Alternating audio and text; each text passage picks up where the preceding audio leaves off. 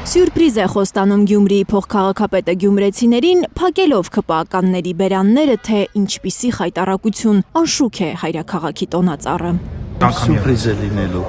շատ գեղեցիկ, տոնածառ է լինելու։ Պարոն Արաքելյանն ասել է սյուրպրիզ է լինելու, ուրեմն լինելու սյուրպրիզ։ Սյուրպրիզը դեռ չեղած ընդդիմախոսներ ունի Երևանից։ ՔՊԱ-ականները մեկը մյուսի հետևից Երևանի Հանրապետության հրապարակի պերճաշուք տոնածառի նկարը գցում են Facebook, կողքին Գյումրիի տոնածառի կարկասի նկարը ու գրում. «Գյումրեցիներ ջան, բա դուք սրան էիք արժանի»։ Այնքան հրատապ եւ կարեւոր հարցեր ունենք, որ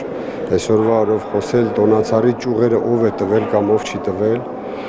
կամ ամսի 22-ին է տեղադրվել, թե 24-ին,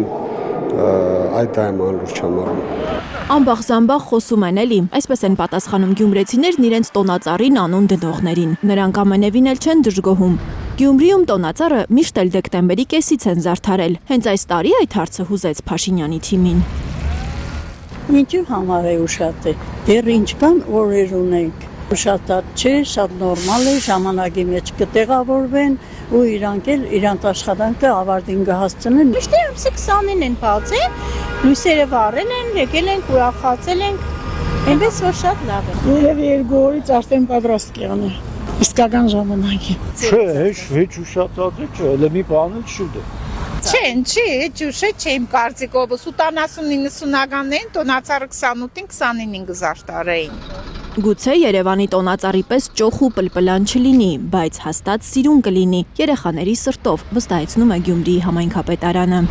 28 մետրանոց է Գյումրիի տոնածառը, համայնքի փողերը արդյունավետ օգտագործելու համար ոչ թե նոր կարկաս է գնվել, այլ նորոգվել է հինը։ Տեղի համար շատ հարմար է, հրապարակի համար տեսանելի է, կոմպակտ է, սիրուն է, և որը մեկը չի ցանկացել դեռ։ Պալուս Արհեստական ճյուղերի փոխարեն եղևնու բնական ճյուղեր են առել, սանիտարական նետից մնացած։ Մեր մեքենա մեխանիզմները, մեր աշխատողներով տեղափոխել ենք Վանաձոր, այդից արդյունքում առաջացած ճյուղերը փարցել ենք մեքենաներ բերել ենք։ Մեկ ճյուղի համար վճարել ենք 200 դրամ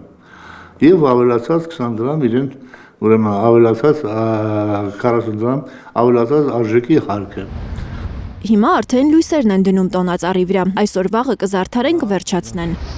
Զարդարվում են նաև Գյումրիի փողոցները, դրա համար ծախսվել է 22 միլիոն դրամ։ Կառավարությունից մի դրամ էլ չի վերցրել Գյումրիի համայնքապետարանը։ Այս ամանորին Գյումրին տոնական տեսքի է գալիս մի բարերարի ֆինանսավորմամբ, որի անունը չի ասում փոխքաղաքապետը։